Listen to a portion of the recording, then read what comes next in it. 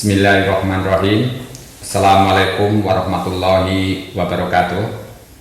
Selamat pagi dan salam sejahtera untuk kita semua. Alhamdulillah wa syukurillah la haula wa la quwata illa billah wa salatu wassalamu ala rasulillah sayyidina Muhammadin wa ala alihi wa ashabi wa ma wala amma ba'd. Para mahasiswa yang kami hormati, pada kesempatan kali ini memang kita sedang dihadapkan pada satu musibah, bukan hanya musibah lokal, nasional, tetapi juga musibah global dengan apa yang disebut dengan pandemi COVID-19.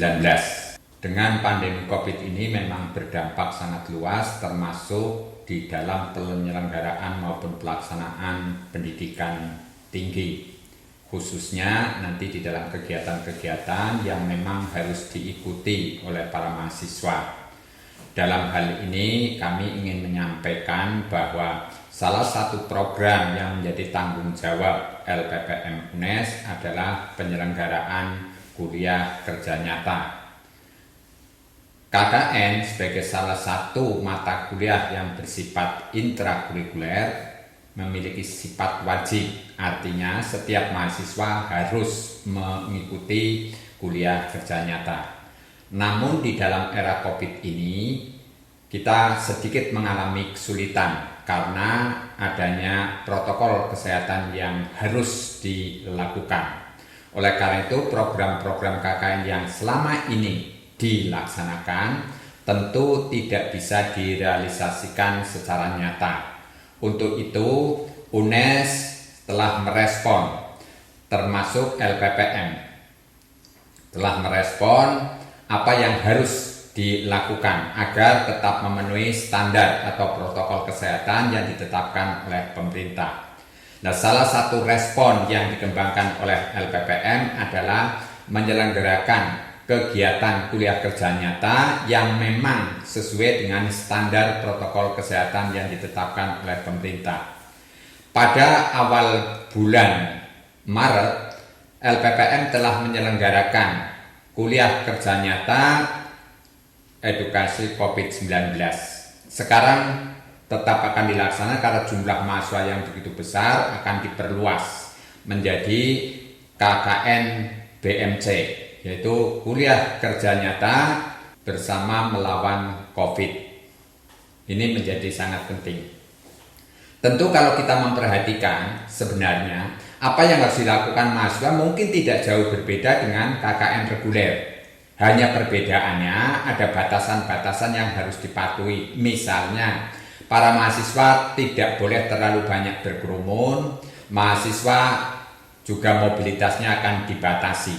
Oleh karena itu, agar mahasiswa tidak terhambat di dalam menyelesaikan perkuliahan, maka kami mencoba merumuskan, mengembangkan satu konsep KKN yang lebih fleksibel dan tidak merugikan mahasiswa pada khususnya, terutama di dalam menyelesaikan studi tepat waktu.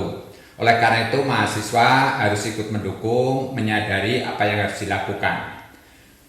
KKN BMC ini berbasis media sosial. Oleh karena itu setiap mahasiswa harus memiliki konsep yang jelas, terutama terkait dengan bagaimana melawan COVID-19.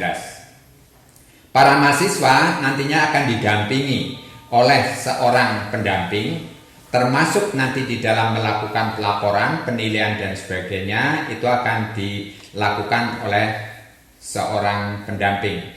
Tentunya dengan berbagai persoalan yang ada, para mahasiswa juga harus rajin berkonsultasi secara daring dengan dosen pendamping itu. Persoalan-persoalan yang dihadapi jangan disimpan sendiri tetapi diselesaikan secara bersama supaya jalan keluar terbaik akan diperoleh. Mudah-mudahan dengan kebijakan ini kami bisa memberikan satu layanan yang tidak merugikan mahasiswa, bahkan sebaliknya mahasiswa diuntungkan. Kenapa saya mengatakan mahasiswa diuntungkan? Satu, para mahasiswa bisa melakukan kuliah kerja nyata di desa masing-masing. Saya percaya bahwa para mahasiswa sudah bisa menentukan persoalan-persoalan krusial yang diperlukan, dibutuhkan oleh desanya. Karena para mahasiswa tinggal di sana pasti tahu apa yang menjadi tantangan, apa yang menjadi kebutuhan. Inilah yang lebih mempermudah.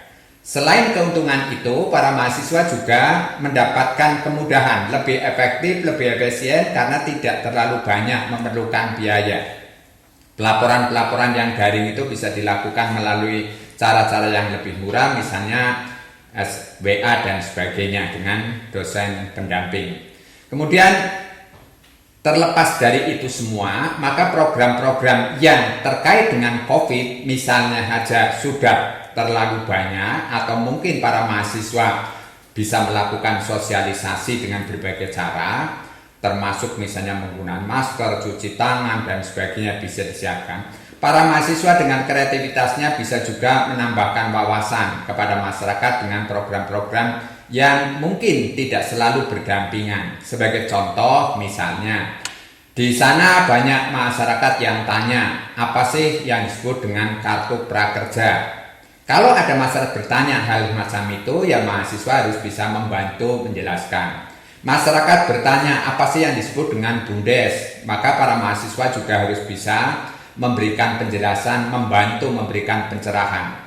Jadi sesungguhnya KKN ini juga tidak sebatas bahwa terlalu fokus pada COVID, tetapi bisa melebar lebih luas tergantung pada persoalan, permasalahan yang dihadapi masyarakat desa yang bersangkutan. Dengan demikian, apa yang diupayakan oleh LPPN, kami sangat berharap bisa memberikan bantuan kepada mahasiswa, terutama di dalam menentukan kuliah secara cepat dan tepat waktu. Untuk itu, kami sekali lagi, para mahasiswa bukan hanya sekedar berangkat, tetapi tolong panduan yang sudah disusun dibaca supaya tidak terjadi hal-hal yang tidak diinginkan. Sekali lagi, apa yang bisa kami sampaikan mudah-mudahan bisa dicamkan. Kemudian kami hanya bisa mengucapkan selamat ber-KKN, semoga lebih berhasil, Anda lebih sukses, akhirnya bisa membawa nama baik lembaga. Bila taufiq wal hidayah, wassalamualaikum warahmatullahi wabarakatuh.